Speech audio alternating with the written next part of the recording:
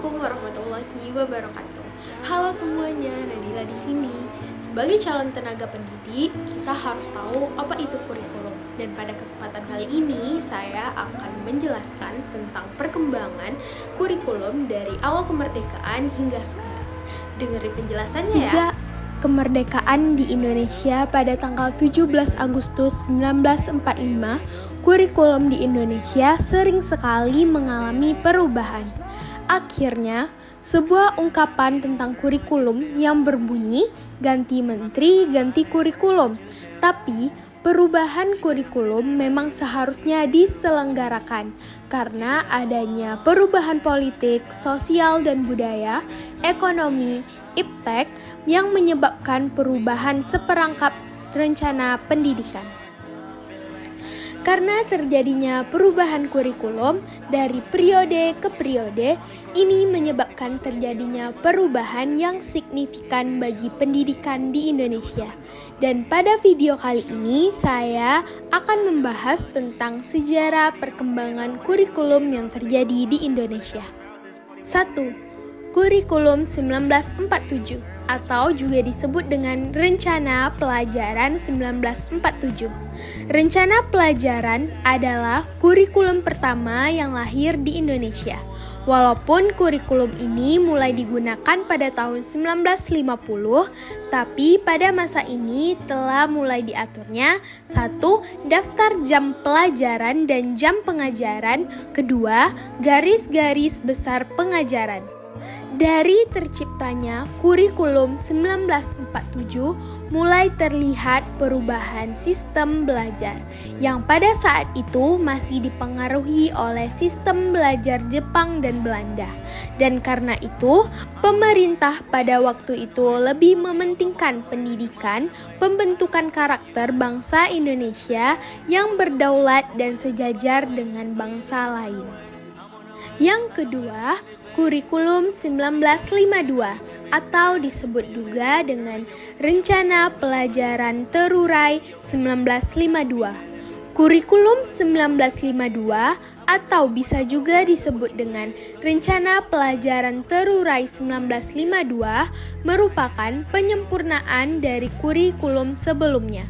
Kurikulum ini lebih terperinci pelajaran yang disampaikan dan mengarah pada sistem pendidikan nasional. Kurikulum 1952 juga sudah mengeluarkan silabus pelajaran yang menunjukkan bahwa seorang guru mengajarkan satu mata pelajaran. Kurikulum 1964 atau disebut juga dengan Rencana Pendidikan 1964. Kurikulum 1964, pemerintah lebih memusatkan pada kemampuan akademik untuk menempuh jenjang SD, sehingga program ini diberi nama Pancawardhana, yaitu pengembangan moral, kecerdasan, emosional atau artistik, keperinggalan, dan jasmani.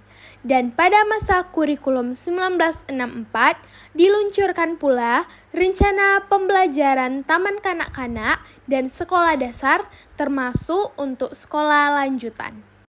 Yang keempat ada kurikulum 1968. Kurikulum 1968 merupakan awal baru bagi periode Orde Baru untuk meninggalkan Orde Lama. Pada kurikulum ini terlihat sekali perbedaan dari sistem pendidikan dari Pancawardhana menjadi jiwa Pancasila, pengetahuan dasar, dan kecakapan khusus. Titik berat yang dihadapi pemerintah pada saat pelaksana kurikulum ini adalah materi apa saja yang akan diberikan oleh guru kepada siswa pada setiap jenjangnya. Yang kelima ada kurikulum 1975. Pada masa itu, kurikulum ini banyak orang mengkritik sistem yang dilakukan pemerintah karena guru dibuatkan sibuk dengan harus mencatat capaian belajar siswa. Tanpa kita sadari, sistem capaian belajar yang dilakukan oleh guru pada zaman sekarang sudah dilakukan pada saat zaman pemerintahan Soeharto.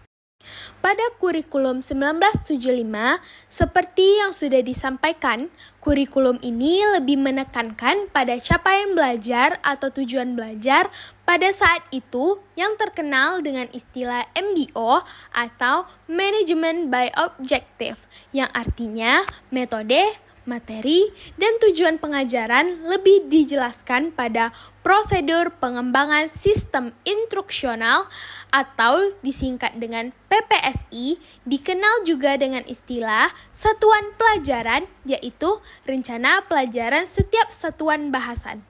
Yang keenam ada kurikulum 1984 atau yang disebut juga dengan kurikulum 1975 yang disempurnakan. Pada saat jabatan presiden yang masih sama, kurikulum kembali berubah. Dengan itu, kurikulum 1984 juga disebut dengan kurikulum 1975 yang disempurnakan. Pada kurikulum ini menggunakan model belajar CSBA, yaitu cara belajar siswa aktif. Pada model belajar CSBA, siswa dijadikan subjek untuk mengamati sesuatu, mengelompokkan, mendiskusikan, hingga melaporkan. Model belajar CSBA sangat teoritis dan lancar dijalani oleh beberapa sekolah, tapi banyak juga sekolah yang gagal. Yang ketujuh, ada kurikulum 1994 dan suplemen kurikulum 1997. Kurikulum 1994 juga banyak mendapatkan kritikan yang menyebutkan bahwa kurikulum ini membuat beban yang berat kepada para siswa, bukan hanya muatan lokal tetapi juga muatan nasional.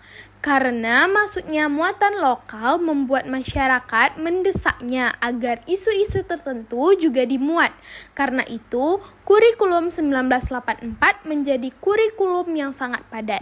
Walaupun kejatuhan rezim Soeharto tidak menyebabkannya banyak perubahan, hanya saja penambahan sejumlah materi saja. Kurikulum 2004 atau disebut juga dengan KBK, yaitu kurikulum berbasis kompetensi. Kurikulum 2004 atau juga disebut dengan kurikulum berbasis kompetensi ini telah menjadi kurikulum pengganti kurikulum 1994. Tapi faktanya kurikulum 2004 telah banyak digunakan di sekolah pada tahun sebelumnya. Sebenarnya, secara materi tidak banyak terdapat perbedaan dari kurikulum 1994, tapi terdapat perbedaan dari bagaimana cara siswa belajar di dalam kelas. Pada kurikulum 2004, sekolah banyak salah mengartikan model belajar ini. Terlihat suasana kelas yang gaduh dan banyaknya siswa berdiskusi di sana-sini. Dan perubahan yang sangat mencolok adalah guru tidak lagi mengajar dengan model berceramah di kelas. Pada akhirnya banyak penolakan model belajar CSBA di sekolah-sekolah. Dan pada kurikulum 2004 ini mulai diberlakukannya sistem semester yang pada kurikulum sebelumnya diberlakukan sistem catur wulan. Kurikulum 2004 awal mula diberlakukannya pramuka di sekolah sebagai nilai tambahan ekstrakurikuler. 9. Kurikulum 2006 atau disebut juga dengan kurikulum tingkat satuan pendidikan.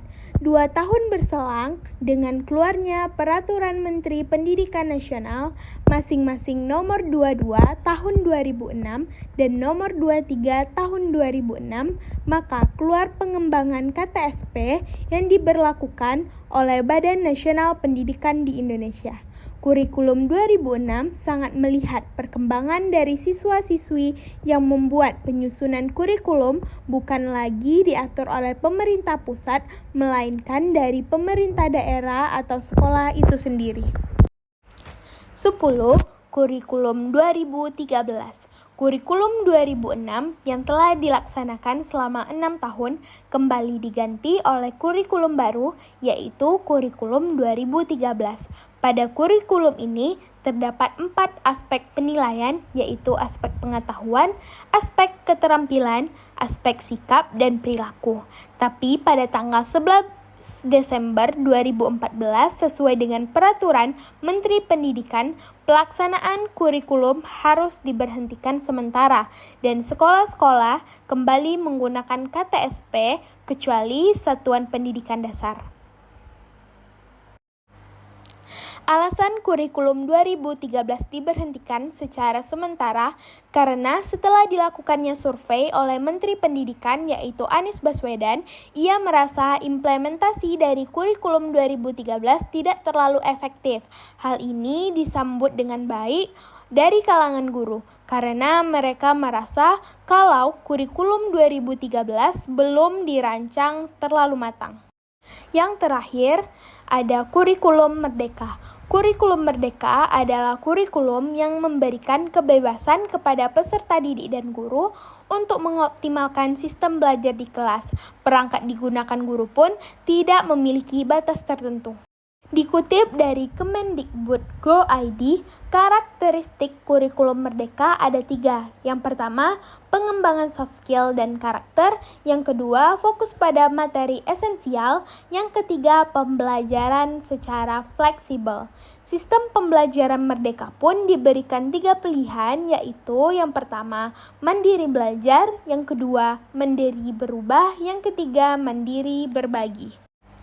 Dari sini kita bisa melihat bahwa kurikulum akan selalu berubah-ubah karena adanya perkembangan dari bidang tertentu yang membuat pendidikan juga harus dikembangkan.